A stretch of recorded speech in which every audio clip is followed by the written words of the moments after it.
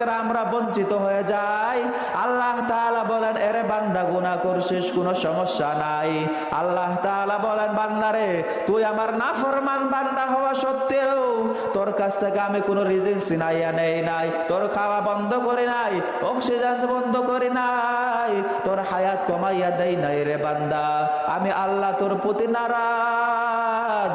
তবে বান্দা তুই যদি একবার আমি মালিকের দিকে ফিরে আসিস, আমি মালিককে একবার ডেকে বলিস, ও মালিক আমি জীবনে ভুল করছি, আমাকে মাফ করে দাও, না বুঝিয়া ভুল করছি রে বান্দা, আল্লাহ মেহেরবানি করে আমাকে ক্ষমা করে দাও।